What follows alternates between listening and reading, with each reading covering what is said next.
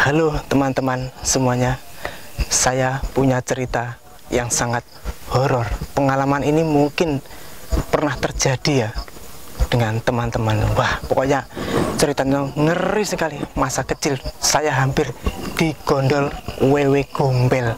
Bayangkan, waktu itu saya masih umur sekitar 8 atau 9 tahun, karena saya masih SD kelas 2 mau kelas 3. Waktu itu saya punya kakek sebatang kara. Kakek saya sudah sebatang kara karena nenek saya sudah tidak ada.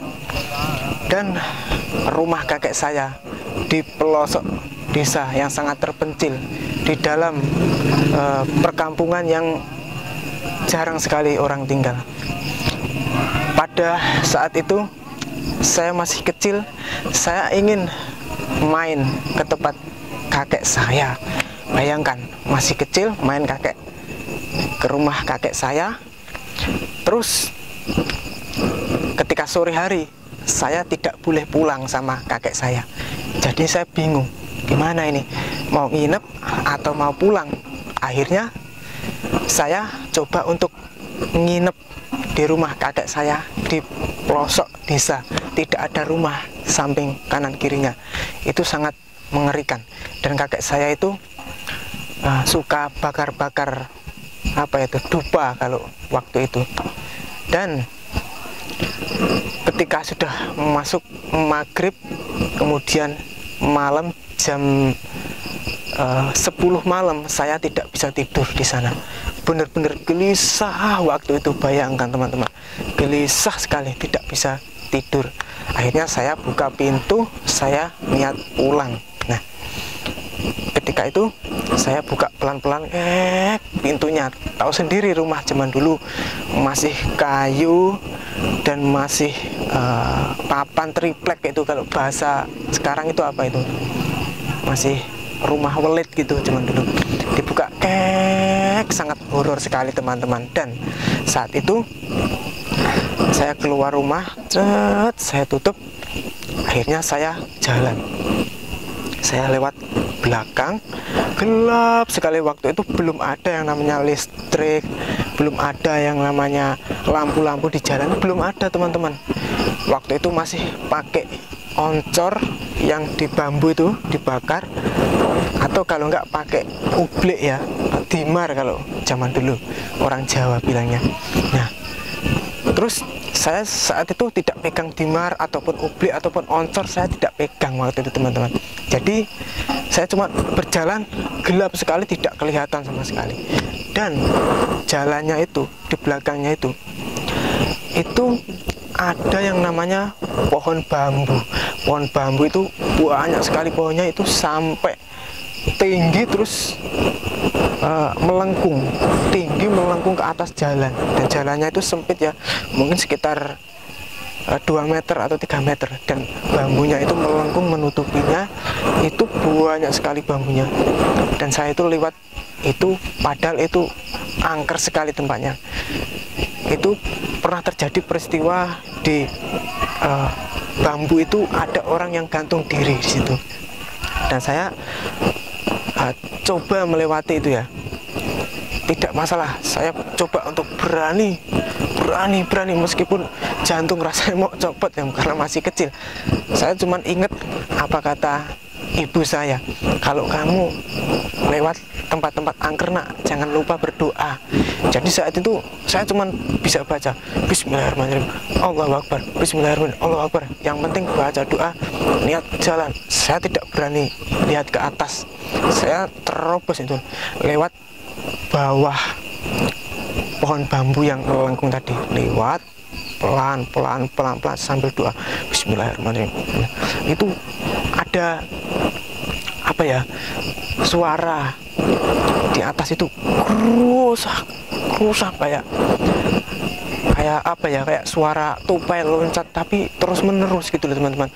Rusak dan gerak-gerak. Saya lihat ngelirik-lirik ini, apa itu? Saya masih kecil kan, kaki itu kayak nggak bisa melangkah, itu kayak mati kakinya. Waduh, kaki serasa dingin. saya ingat pokoknya baca doa sambil menunduk.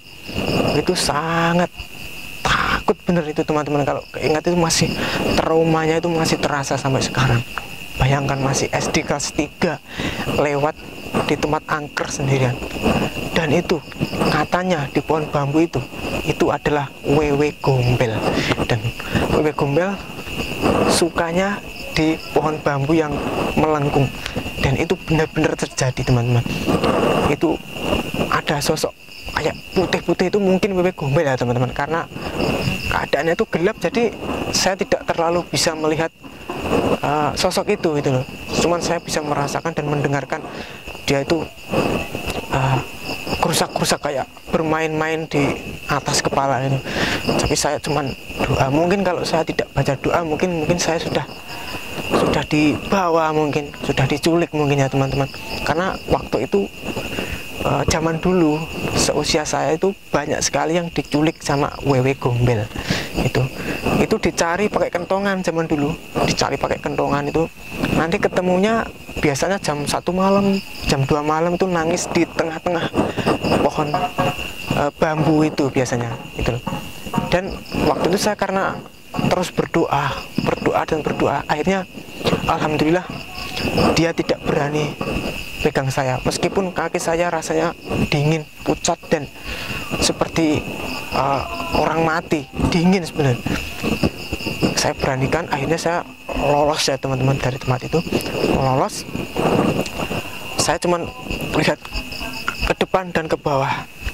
Kata kakek saya, kalau kamu lewat tempat-tempat angker, kamu jangan lepas sendal kamu ya.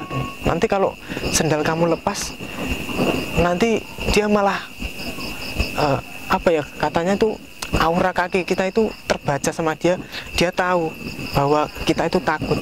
Jadi usahakan kita tidak terlihat takut gitu, kata kakek saya. Saya pokoknya terlihat tidak takut ya teman-teman, padahal masih kecil, masih umur 8-9 tahun. Itu di atas ada wewe gombel sendirian, itu di tengah perkampungan yang tidak ada orang. Meskipun saya teriak-teriak mungkin nggak ada sama sekali, benar-benar nggak ada. Dan jarak antara rumah kakek saya ke rumah saya itu sekitar kurang lebih 1 kilo. Itu melewati sungai, terus pohon-pohon bambu, melewati persawahan gitu teman-teman. Bayangkan teman-teman, itu saya lakukan karena saya tidak berani tidur di tempat kakek saya. Benar-benar nggak bisa tidur. Kakek saya itu suka bakar dupa, kayak horor, pintu kayak gerak-gerak sendiri. Bayangkan betapa mengerikannya waktu itu. Dan sekarang kakek saya sudah tidak ada ya teman-teman. Semoga diterima di sisinya dan segala amal perbuatannya. Meskipun begitu, kakek saya juga orangnya baik sebenarnya. Dia juga suka beramal. Cuman ya itu kekurangannya, dia itu bermain-main mistis kerjanya. Sampai sekarang rumahnya masih terlihat horor dan tidak ada penghuninya teman-teman. Sekarang sudah mulai ramai di kampung saya, sudah mulai listrik, sudah lampu sudah ada sekarang. Dulu nggak ada gitu teman-teman. Gitu, jadi ceritanya seperti itu teman-teman. Mungkin lanjut nanti atau besok kita part berikutnya. Saya masih banyak sekali cerita-cerita horor. Oke, sekian dulu ya teman-teman. Terima kasih. Salam. Jangan lupa berdoa ya teman-teman sebelum tidur, biar tidak diganggu yang namanya demit. Hahaha.